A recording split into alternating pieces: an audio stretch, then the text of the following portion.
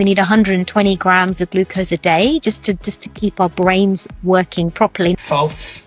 The brain does not need any dietary glucose in order for it to function. Zero.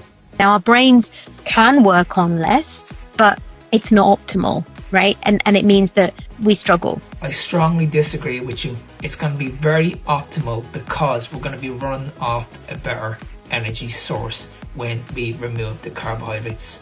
You see, this is the problem. You guys just don't understand that we can run off carbohydrates, but we can also run off fats. But you're going to feel so much better when you become fat adapted. And you might need to look this up because you guys just don't get this.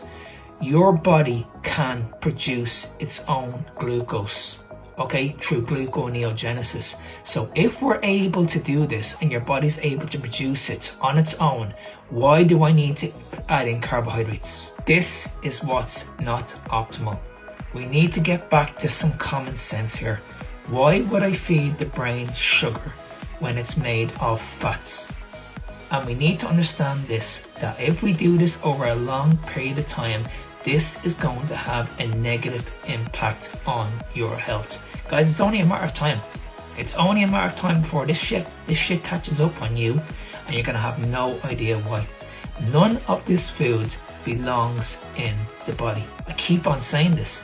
Now, as I keep saying on a regular basis, regardless where the sugar comes from, whether it's simple carbohydrates, complex carbohydrates, fruits, processed food, okay, they all do the exact same thing, okay? And as I keep saying, eventually this shit is going to catch up on you and you're going to have no idea why. I think that's a really key piece of the puzzle is, yes, we can use other things, we can survive in other ways, but just because we can doesn't mean that we should. And optimal versus survival is different, right? I think that's where some of these studies kind of pull out like, well, ketones can be used in the brain's energy. They can, but the downside of that long term is ...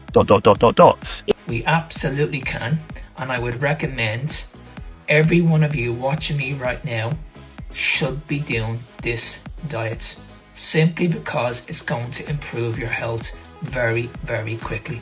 Removing carbohydrates and adding in fats, guys, is a very, very good thing, because as I said, your health is going to improve.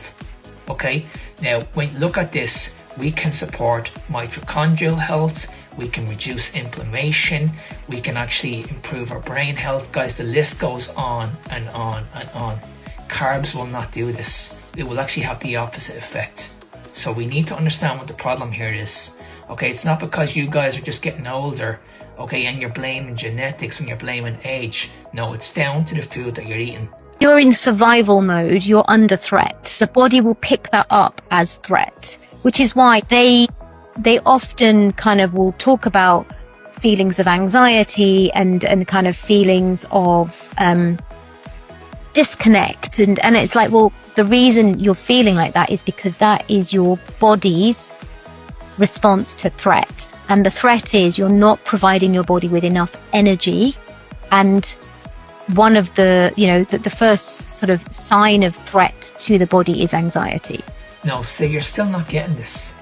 See, when we remove the carbohydrates, the body goes into this fight or flight situation. It panics. It thinks it's starving. But you need to understand this, and we need to understand what the real issue here is. You are addicted to these foods, and removing them is a very, very good thing, as I just said. Okay, that's the real issue here.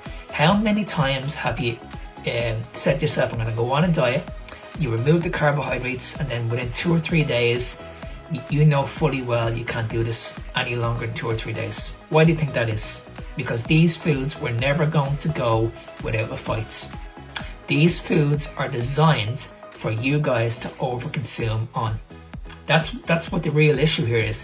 Whereas if we retrain the brain and say, right, okay, we need to get ourselves into ketosis, being fat adapted, we're gonna eliminate this problem very, very quickly. Okay, you're not gonna be anxious around these foods anymore. You're not gonna panic around these foods anymore, guys. I cannot stress this enough. Okay, addiction is a powerful thing, as we all know, whether it's drugs, whether it's alcohol, but the same goes with carbohydrates. I would say carbohydrates is probably the most powerful addiction out there because it's the hardest one to give up. It really is. Like prove me wrong. Go about 2 or 3 days without eating carbohydrates and let me know how you get on. Your body's gonna panic. Your body's gonna be like, no, I can't do this anymore. I'm really struggling here. So remember, when it comes to what's optimal and what's not optimal, we need to understand carbohydrates, regardless of what these people are telling you, do not belong in the human body, simply because they are not fucking essential. They are not meant to be eaten in the first place. Write that down.